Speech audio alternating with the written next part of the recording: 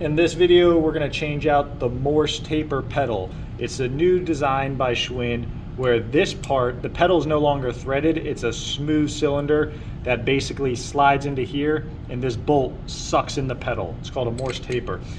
First step, you're going to want your ratchet extension, 8mm socket,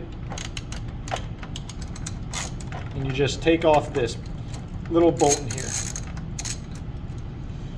Next, take your park tool. The tool will be in the description on what you need. But basically, it's a crank puller. It's got two ends on it. It's got this bigger diameter about the size of a dime. You just want to pop this guy off and get this smaller diameter. They just kind of pop off. Put that one on. So this just goes right on there. Then we want to take this outer bolt, for lack of a better term, unscrew it until the head of this is flush with this.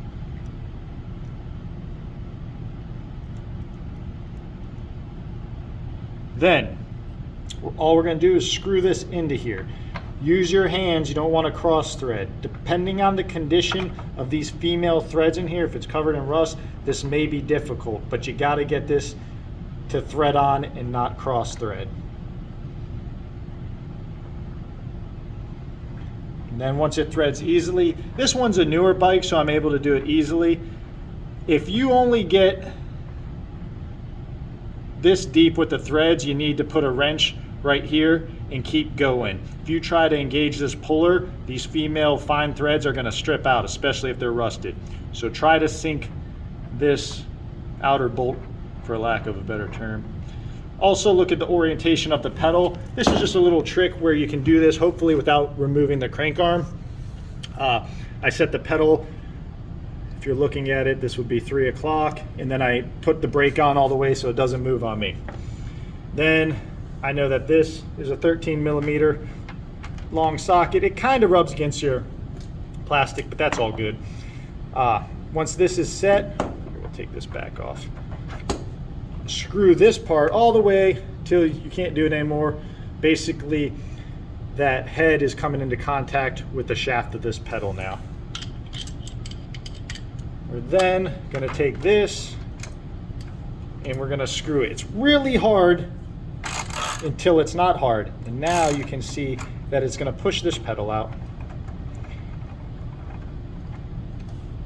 Comes right off.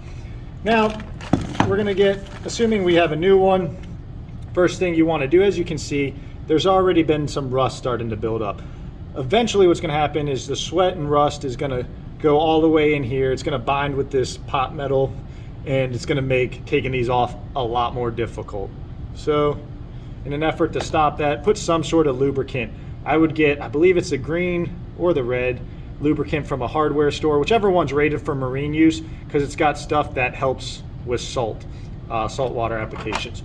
So now we can unscrew this. We don't need it anymore. So take your grease, lubricate the this part of the pedal. Also go ahead and lubricate the inside of the pedal. Now putting this back on can be tricky. You just stick it in there, and sometimes when you go to screw this guy in, hopefully it'll do it this time, it's just going to free spin the pedal. Let's see if it does it. Okay, see how it's kind of spinning the pedal now. What you can do is you can take something, tap on here, or I like to kind of push down with one hand just to create, some friction until it starts sucking it in. Eventually, once it gets a little difficult, you should be good to go. And then you tighten it down to the torque specs. Probably, and see how this one's spinning? So if that happens, you can get your foot, once again, putting friction on the metal. And I can't remember the specs off the top of my head, probably 20 something foot-pounds, or just get it with your foot. Okay, that is all. Cool.